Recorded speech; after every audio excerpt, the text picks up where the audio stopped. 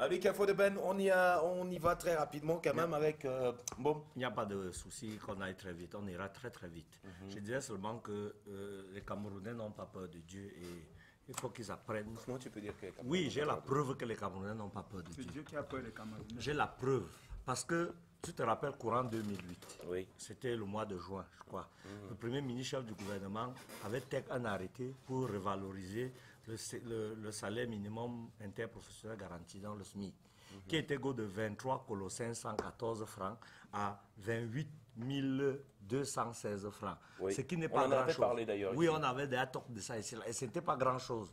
Déjà, ça dit que savoir qu'il y a encore les gens au quad, au camer qui work pour moins de 30 colos par mois. Ça dit que tu te lèves tous les matins, tu dis au revoir à tes mounas, tu pars au work et après 30 jours, on te choque 28 colos. Ça dit que je veux qu'on se regarde dans les yeux et que chacun de nous essaie de me dire ce que lui doit de 30 colos même à la fin. Ça dit que par mois, même si tu chopes FAP 100 par jour, que toi seul, tu es comme la souris, donc tu es seul là. Tu chopes FAP 100 par jour. Est-ce que vous trouvez que c'est même un peu sérieux? Bon, on ne va pas revenir sur le discours là. Moi, ce qui m'énerve, hein, c'est que les patrons de sociétés de gardiennage ici au Cameroun dérangent. Ils dérangent. Parce que ce que vous ne savez pas, je vais vous dire aujourd'hui, vos patrons et les patrons de sociétés de gardiennage vont dans les entreprises, les sociétés. Et même des particuliers. Des particuliers vont proposer les vigiles, donc les agents de sécurité. On paye par agent de sécurité au moins 150 colos. Ça, c'est ce que la société tech sur ta tête.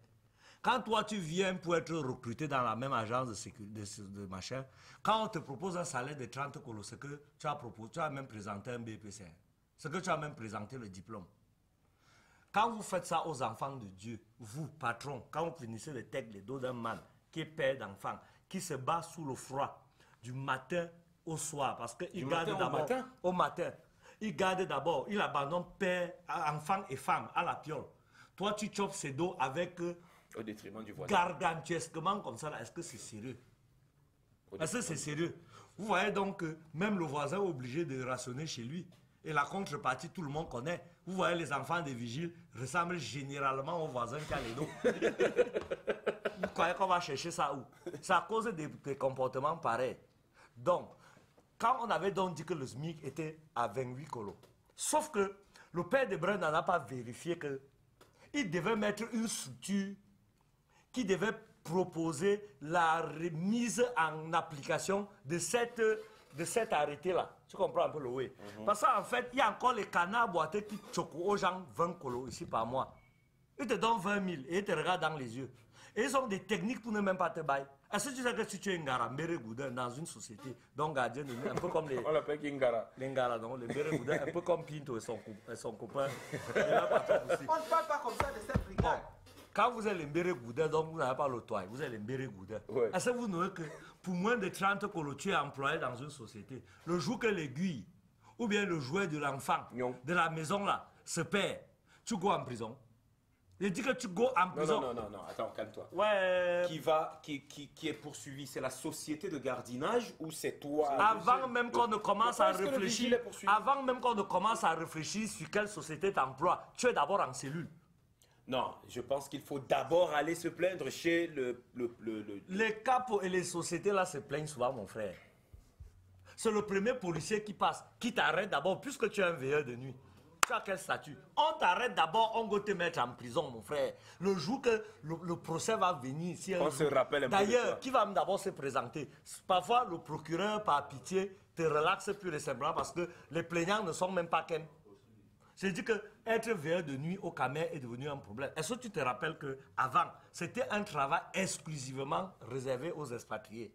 C'est depuis qu'on a mis les tenues, que les gars ont maintenant les tenues là, et ils ont les semblants de Rangers, qu'ils ont eux-mêmes un peu mimba, qui sont un peu niais. C'est comme ça là que le Camerounais même a commencé à être gardien de nuit, veilleur de nuit. Avant, c'était pour les Tchadiens, les Centrafricains, donc les étrangers. Ce n'était pas pour nous.